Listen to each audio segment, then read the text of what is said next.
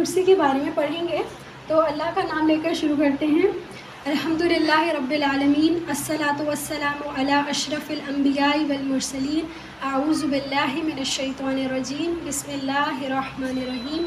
رب اشرح لی صدری ویسر لی امری واحلل عقدۃ من لسانی یفقہوا قولی. اچھا، سب سے پہلے ہم حدیث کی بات کرتے ہیں کہ آیت الکرسی کے بارے میں ایک حدیث ہے بہت خوبصورت. ابی بن کعب سے آپ صلی اللہ علیہ وسلم نے پوچھا کہ تم جب تلاوت کرتے ہو، ابی بن کعب جو ہے وہ ایک صحابی ہیں، تو ان سے آپ صلی اللہ علیہ وسلم نے پوچھا کہ جب تم تلاوت کرتے ہو تو کون سی آیت ہے جو تمہیں سب سے زیادہ عظیم لگتی ہو؟ تو انہوں نے جواب دیا کہ آیت الکرسی. جب میں اس کی تلاوت کرتا ہوں تو اس میں مجھے بہت زیادہ عظمت محسوس ہوتی ہے. تو پھر آپ صلی اللہ علیہ وسلم نے ایک محبت والے انداز میں، جیسے ہم تھپکی دیتے ہیں نا، تو ان کا انداز تھا کہ وہ سینے پہ ایسے نا تھپکی دیا کرتے تھے آپ صلی اللہ علیہ وسلم.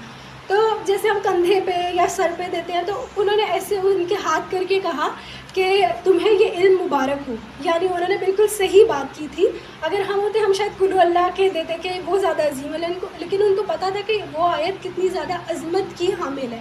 اور اس کے عظیم کیوں ہے یہ؟ کیونکہ یہ گاڑا جو ہے نا، اس کے اندر توحید موجود ہے. یہ پوری آیت الکرسی اللہ تعالیٰ کے بارے میں، اس میں 19 بار اللہ تعالیٰ کی ڈفرینٹ چیزوں کا ذکر آیا ہے.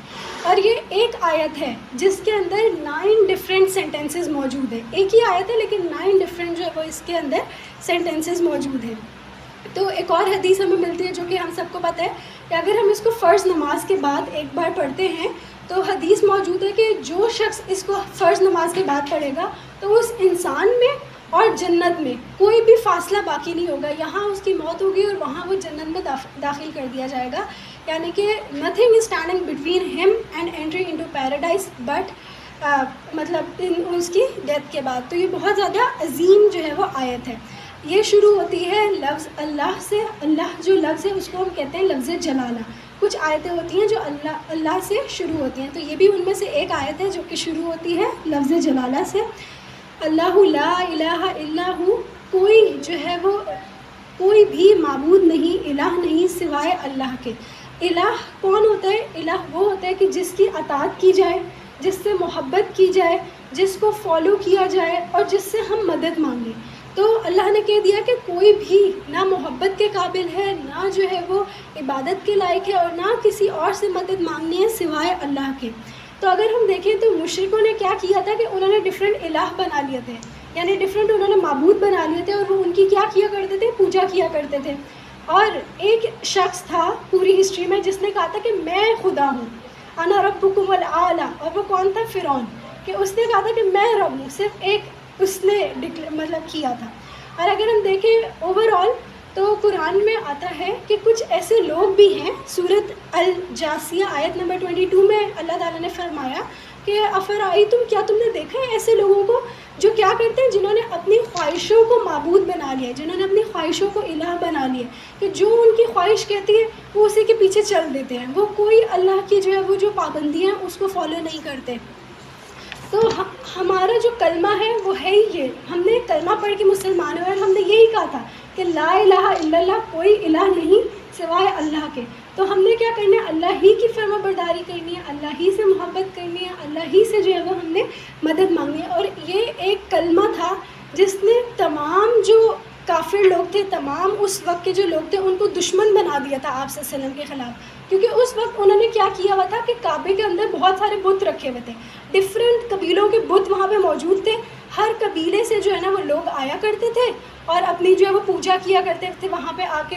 تو جب مکہ والے کہیں اور ٹریول کیا کرتے تھے تو کوئی ان پہ حملہ بھی نہیں کیا کرتا تھا، کیونکہ ان کے بت وہاں پہ ہاسٹیج ہیں ایزا، تو وہ محفوظ رہتے تھے. تو جب ان کو پتہ چلا کہ اسلام نے کہا ہے کہ صرف ایک الہ ہے اللہ اور اس کے سوا کوئی بھی نہیں ہے، تو انہوں نے کہا یہ کیا، ہمارا تو سارا اکنامک فائنینشیل سب ٹھپ ہو جائے گا، نہ ہماری ٹریڈنگ ہوگی، نہ لوگ ادھر آئیں گے. تو انہوں نے کہا یہ تو نہیں ہو سکتا کہ ہم ختم کر لیں. ایسا کرتے ہیں کہ ہم ہاف آف کر لیتے ہیں. آپ صلی اللہ علیہ وسلم سے کانٹریکٹ کیا کہ ہم آپ کی طرح نماز پڑھ لیں گے، آپ ہمارے بتوں کی پوجا کر لیں، ہاف آف کر لیتے ہیں. تو آپ صلی اللہ علیہ وسلم نے کہا کہ اگر تم ایک ہاتھ پہ میرے سورج اور دوسرے پہ چاند رکھ دو تب بھی میں جو ہے وہ یہ اس چیز کو نہیں چھوڑوں گا، اس کلمے کو نہیں چھوڑوں گا. اچھا، تو مطلب انہوں نے کیا کہا تھا کمپرومائز کرنے کے لیے کہ ہم کیا کریں ہاف آف کر لیتے ہیں, آدھا وہ آدھا یہ, اور کمپرومائز سے کام چلائیں گے. لیکن جب ایک بار یہ کلمہ پڑھ لیا تو پھر نو کمپرومائز. اقبال کا شعر آتا ہے کہ جب میں کہتا ہوں لا الہ الا اللہ میں کانپ جاتا ہوں, کہ آسان نہیں ہے مسلمان ہونا, کہ ہم نے یہ کلمہ پڑھ لیا کہ اللہ کے سوا, الہ کے سوا ہم نے کسی کی بات نہیں ماننی, تو کہتے ہیں میں کانپ جاتا ہوں کہ اب میں نے کسی شخص کی بات نہیں ماننی, کسی شخص کو یا کسی بھی انسان کو اللہ سے زیادہ محبت نہیں کرنی, اللہ کے علاوہ کسی سے مدد نہیں مانگنی. تو وہ اس کو کلمے کو پڑھ کے کانپ جایا کرتے تھے.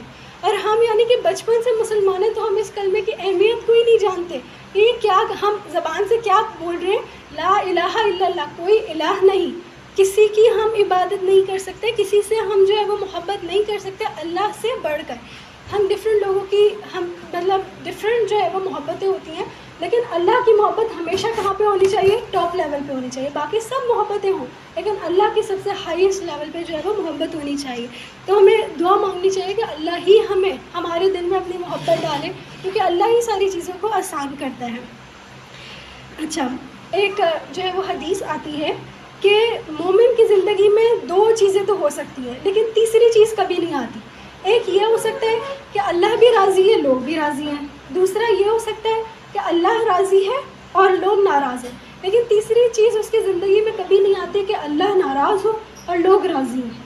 تو ایسا ہوتا ہے کہ کبھی کبھار جو ہے وہ لوگ ہنڈرنس بن جاتے ہیں, کبھی ہماری خواہش بیچ میں آ جاتی ہے کہ ہم اللہ کی بات نہیں مان سکتے. تو ہمیں اللہ سے دعا کرنی چاہیے کہ اللہ تعالیٰ کی میں اطاعت کروں, اور جن کے اللہ تعالیٰ نے اطاعت کرنے کو کہا ہے میں ان سب کی بھی اطاعت کروں, لیکن اللہ کی اطاعت کے اندر اندر رہتے ہوئے. اور امتحان تبھی آتا ہے جب ہم محبت کرتے ہیں اللہ سے, لیکن جن سے ہم محبت کرتے ہیں وہ نہیں کرتے اللہ سے محبت, تو پھر کیا ہوتا ہے, وہاں پہ کلیش آ جاتا ہے. جیسے حضرت ابراہیم علیہ السلام تھے, وہ بھی اللہ سے محبت کرتے تھے. حضرت حاجرہ تھیں, وہ بھی کرتی تھی, تو کوئی مسئلہ نہیں تھا. لیکن پھر محبت کا امتحان اللہ وہاں لیتے ہیں جب ہم محبت کرتے ہیں لیکن کوئی دوسرا جو جن سے ہمیں محبت ہوتی ہے وہ نہیں کرتا. تو ہمیں دعا مانگنی چاہیے کہ اللہ ہمیں بھی اور جن سے ہم محبت کرتے ہیں ان تمام کے دل میں اللہ اپنی محبت کو ڈال دے. پھر آگے بڑھتے ہیں ہم. اللہ لا الہ الا هو الحی القیوم, اللہ کے بارے میں بتایا کہ اللہ کون ہے, الحی ہے, زندہ ہے, القیوم ہے, تھامنے والا ہے.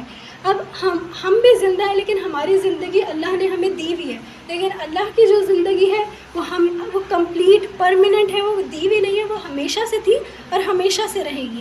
القیوم سب کو تھامنے والا, اللہ نے تمام کائنات کو تھاما ہوا ہے. لا تأخذہ سینۃ ولا نوم, نہ جو ہے وہ اللہ کو اونگ آتی ہے اور نہ اللہ کو نیند آتی ہے. اللہ نے پوری کائنات کو تھاما ہوا ہے. تو وہ مطلب کیسے ہو سکتا ہے, ایک ایگزامپل ہے کہ جیسے ہمارے ہاتھ میں کوئی گلاس ہے اور ہمیں ہلکا سے بھی نیند آتی ہے, کیا ہوگا, فوراً گلاس ٹوٹ جائے گا. تو اللہ نے تو پوری چیزوں کو تھاما ہوا ہے. تو اللہ کو اونگ آتی ہے اور نہ اللہ کو جو ہے وہ نیند آتی ہے. لہو ما فی السماوات و ما فی الارض, لہو اسی کا ہے, ما فی السماواتی تمام آسمانوں میں جو کچھ آسمانوں میں ہے, و ما فی الارض اور جو کچھ زمین میں ہے, یعنی آسمان کی مخلوق, آسمان میں جو چیزیں ہیں وہ تمام چیزیں اللہ کی ہیں, اور جو بھی چیز زمین میں ہے وہ بھی تمام چیزیں اللہ کی ہیں. ماں بہت وائڈ ہے, ماں کے اندر سب کچھ آ جاتا ہے. ماں کا مطلب ہے یہ میم الف ماں کا, کہ جو کچھ بھی ہے, ایوری تھنگ جو موجود ہے تمام جو ہے وہ اللہ تعالیٰ کی ملکیت ہے. اور اللہ نے یہاں پہ کلیئر کر دیا کہ میری ہے, جو بھی چیز ہے وہ اللہ تعالیٰ کی ہے. تو اس کا کیا مطلب ہے کہ ہماری اس دنیا کے اندر کوئی بھی چیز موجود نہیں ہے. سب سے بڑا ہم دھوکے میں ہی اس میں پڑ جاتے ہیں, ہم کہتے ہیں میری زندگی, میری مرضی, میری خواہش, لیکن اللہ نے کلیئر کر دیا کہ کوئی بھی چیز تمہاری نہیں ہے, صرف تمہارے لیے کیا ہے, ایز اے امانت تمہیں دی ہوئی ہے. جب ہم کسی سے امانت لے کے آتے ہیں, جیسے کسی سے ہم نے کوئی سوٹ بورو کیا ہے یا ہم نے کسی سے گاڑی لی ہے تھوڑی دیر کے لیے, تو ہمیں کتنا کانشیس ہوتے ہیں نا ہم کہ کہیں لگ نہ جائے گاڑی, یا سوٹ لیا تو کہیں سے خراب نہ ہو, تو ہم کتنے کانشیسلی ہمارا ایٹیٹیوڈ چینج ہو جاتا ہے. تو اللہ نے ہمارا یہ ایٹیٹیوڈ بنایا کہ ساری چیزیں میری ہیں, تمہارے پاس یہ امانت ہے, تو اس کو ایسے یوز کرو کہ یہ ایز اے امانت ہے اور تم سے لے لی جائے گی. ہم کہتے ہیں نا, ہم کتنا مطلب جیسے ڈیتھ ہوتی ہے کسی کی, ہمارے پیرنٹس کی, تو ہم بالکل ٹوٹ جاتے ہیں. کیوں؟ کیونکہ ہم نے امانت نہیں سمجھا ہوتا, ہم نے اس کو اپنی چیز سمجھ لیا تھا کہ یہ ہماری ہی چیز ہے. اگر ہم یہ سوچیں کہ ہر چیز اللہ کی امانت ہے, تو ہم اس کو کیئرفلی یوز کریں کہ اللہ نے شکر ہے کہ ہمیں دی ہوئی ہے, جتنا عرصہ ہمارے پاس ہے، اللہ کا شکر ہے کہ وہ ہمارے پاس ہے. تو ایک انسان کانشیس ہو جاتا ہے. اور قرآن میں اللہ تعالیٰ نے فرمایا ہے کہ قیامت کے دن پوچھا جائے گا تمہارے آنکھ سے، تمہارے کان سے، تمہارے دل سے کہ کیا کیا ان چیزوں کو استعمال کر کے، کیونکہ ایک امانت ہے نا یہ ہمارے پاس. تو اللہ سوال کرے گا میں نے جو تم کو چیزیں دی تھی اس کا کیا استعمال کیا تم نے، جیسے میں نے کہا تھا ویسے استعمال کیا یا ویسے استعمال نہیں کیا.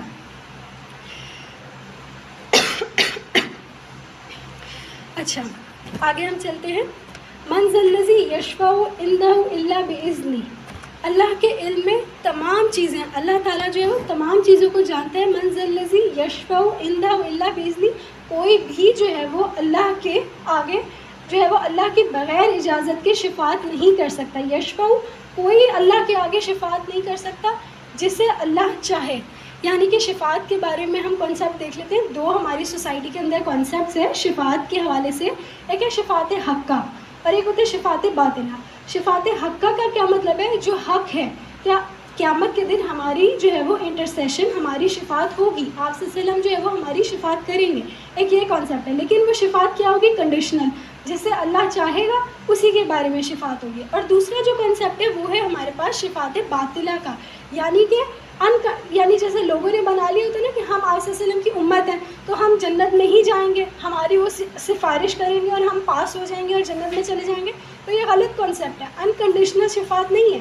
کنڈیشنل شفاعت ہے کہ جس کو اللہ اجازت دے گا اسی کی جو ہے وہ شفاعت کی جائے گی. اور جو شفاعت حقہ ہے اس کے آگے دو چیزیں ہیں. ایک ہے شفاعت کبریٰ اور ایک ہے شفاعت صغریٰ. یعنی کبریٰ یعنی بڑی اور صغریٰ یعنی چھوٹی. قیامت کا دن جو ہوگا، جو اتنا بڑا ہوگا، اس دن کیا ہوگا کہ سورج بالکل قریب سر پہ لے آیا جائے گا. جیسے آپ دیکھیں گرمی کا موسم ہو، ہم باہر جائیں، کتنا دور ہے نا سورج، لیکن وہ کتنا ہمیں گرمی لگتی ہے. لیکن اس دن کیا ہوگا کہ سورج بالکل سر پہ ہوگا. تو جو کافر ہوں گے ان کی باڈی میلٹ ہو رہی ہوگی سورج کی وجہ سے، وہ ویپرائز ہو رہے ہوں گے، اپنے پسینے کے اندر وہ ڈوبے ہوئے ہوں گے.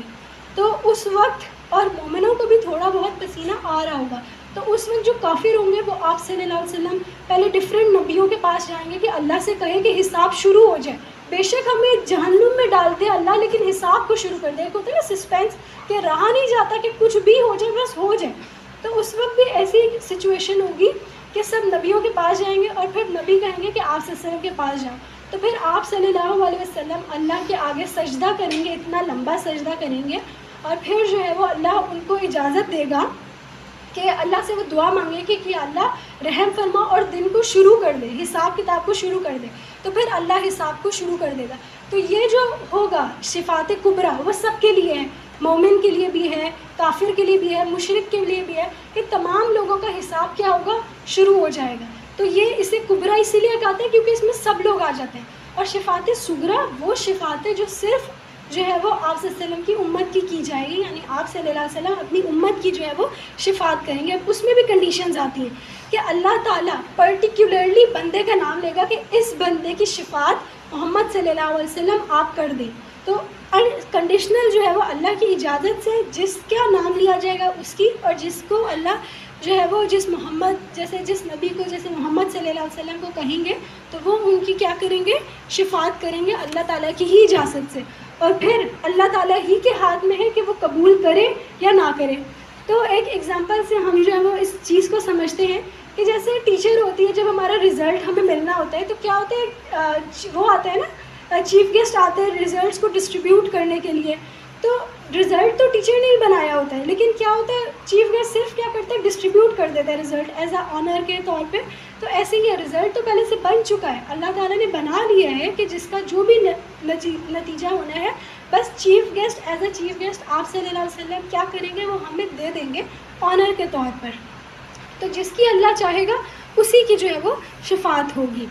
یعلم ما بین ایدیہم وما خلفہم، یعلم ما بین ایدیہم وما خلفہم، تمام چیزیں جو ہیں وہ اللہ تعالیٰ کو معلوم ہے. He knows what is present before them and what will be hereafter. ہر چیز کا علم جو ہے وہ اللہ تعالیٰ کو ہے، ہر چیز کا اللہ تعالیٰ کے علم نے احاطہ کیا ہوا ہے.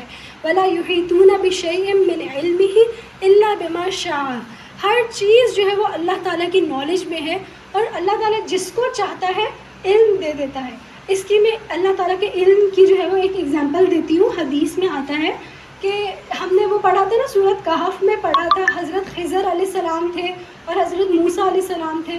تو اس کے واقعے کے اندر ایک حدیث موجود ہے کہ جب وہ لوگ کشتی میں سوار تھے نا، حضرت خضر علیہ السلام اور حضرت موسیٰ علیہ السلام، تو ایک چڑیا جو ہے وہ آ کے بیٹھی کشتی کے کنارے کے اوپر نا، کشتی کے اوپر.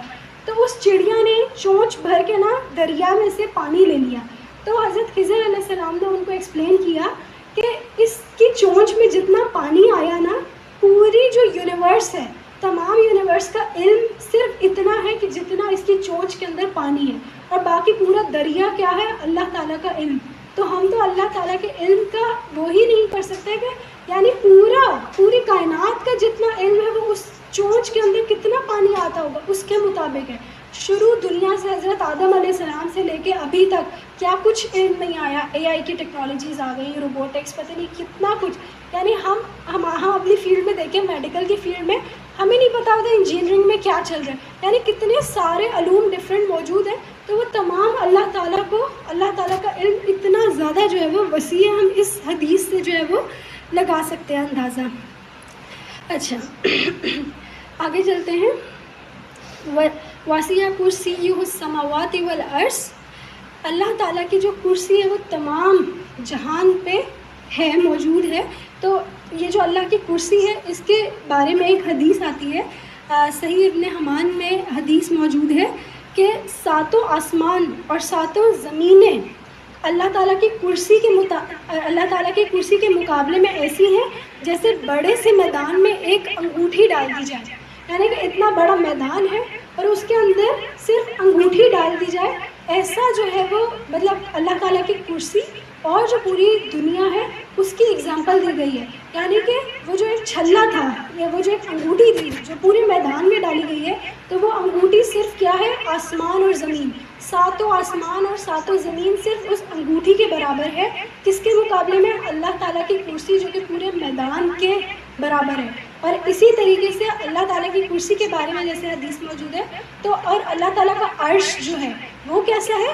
جیسے پورے میدان کے اندر، یعنی اللہ تعالیٰ کی کرسی اور اللہ تعالیٰ کی جو عرش ہے اس کا اگر کمپیریزن کیا جائے ایگزامپل کے طور پر، تو پورے میدان کے اندر ایک چھوٹی سی انگوٹھی ڈال دی جائے، ایسا کمپیریزن ہے اللہ کی کرسی اور اللہ کے عرش کا. یعنی وہ انگوٹھی اللہ کی کرسی اور پورا میدان اللہ تعالیٰ کا جو ہے وہ عرش ہے. یعنی کہ اتنی وسیع جو ہے وہ ہم ایک حدیث کا احاطہ نہیں کر سکتے، تو کہاں اللہ کی شان. تو یہ ہمارے پاس جو ہے وہ آتی ہے. پھر ہے ہمارے پاس آگے وَلَا يَهُودُهُ حِفْظُهُمَا وَهُوَ الْعَلِيُّ الْعَظِيمُ، اللہ تعالیٰ کو جو ہے وہ نہیں تھکاتی ان کی حفاظت کرنا، اور اللہ تعالیٰ جو ہے وہ عظیم ہے. ایک میں جو ہے وہ اس کے بارے میں آپ کو چیز دکھاؤں گی. اگر ہم یہ پوری آیت الکرسی کو دیکھیں تو اس کے اندر جو ہے وہ ٹوٹل 9 سینٹینسز ہیں، اور یہ پورے 9 سینٹینسز ایک دوسرے سے کنیکٹڈ ہیں. کس طریقے سے کہ پہلے اگر ہم دیکھیں، پہلے آیت میں اللہ تعالیٰ کے 2 نام موجود ہیں، الحی، القیوم. اور آخری جو آیات ہے، مطلب اس آیات کا جو لاسٹ پارٹ ہے 9 پارٹ، اس کے اندر بھی 2 نام آتے ہیں، علی العظیم، کہ اللہ اعلیٰ مرتبے والا ہے اور جلیل القدر ہے. تو پہلی آیت میں بھی اللہ کے 2 نام اور آخری آیت میں بھی اللہ کے 2 نام آئے. پھر اگر ہم فرسٹ سے سیکنڈ والا دیکھیں اور آخری سے جو ہے وہ 8 سینٹینس دیکھیں تو کیا آتا ہے سیکنڈ سینٹینس میں؟ اسے نہ اونگ آتی ہے اور نہ نیند، اللہ کو نہ اونگ آتی ہے اور نہ نیند. اور آخری یہ جو 8 سینٹینس ہے اس میں کیا ہے؟ اور اللہ جو ہے وہ ان کی حفاظت کچھ بھی دشوار نہیں. یعنی اللہ تعالیٰ کو جو ہے پوری جو اللہ حفاظت کرتا ہے وہ کوئی اللہ کو بھاری نہیں لگتی. تو یہ دونوں سینٹینس جو ہے وہ ایک دوسرے سے کیا ہے؟ کنیکٹڈ ہے کہ اللہ حفاظت کرتا ہے اور اللہ کو نیند بھی نہیں آتی اور اونگ بھی نہیں آتی. آسمان میں اور جو آسمانوں میں اور جو کچھ زمین میں ہے سب اسی کا ہے. تو اگر ساری چیزیں اللہ کی ہیں تو اللہ کیا ہے؟ بادشاہ. تو وہی چیز آخری میں سے 3rd پہ آ گئی کہ اسی کی بادشاہی ہے اور آسمان اور زمین سب چیز ہے اسی کو اللہ تعالیٰ کو پتہ ہے. اور پھر اگر اوپر سے 4th دیکھیں اور نیچے سے بھی 4th دیکھیں تو آتا ہے کون ہے کہ اس کی اجازت کے بغیر اس سے کسی کی سفارش کر سکے. یعنی اللہ کی اجازت کے بغیر کوئی سفارش نہیں کر سکتا. اور لاسٹ سے بھی یہی آتا ہے اور وہی اس کی معلومات میں سے کسی چیز پر دسترس حاصل نہیں کر سکتے، ہاں جس قدر وہ چاہے. یعنی اللہ جتنی اجازت دے دے اتنا ہمیں پتہ چل جاتا ہے، نالج آ جاتی ہے. اور اوپر بھی ایسے ہی ہے، جتنی اللہ اجازت دے دے اتنی ہی سفارش کر سکتے ہیں. اور بیچ میں ایک لائن ہے کہ جو کچھ لوگوں کے روبرو ہو رہا ہے اور جو کچھ ان کے پیچھے ہو چکا ہے اسے سب معلوم ہے. ایک کنکلوڈنگ لائن کہ اللہ تعالیٰ کو سب پتہ ہے کہ جو پیچھے ہوا ہے، جو آگے ہونا ہے، ایوری تھنگ اللہ نوز. تو یہ ہم نے ایک کمپریہنسو جو ہے وہ آیت الکرسی کو دیکھ لیا. تو آج کے لیے اتنا ہی ہے. جزاک اللہ خیر. السلام علیکم ورحمۃ اللہ وبرکاتہ.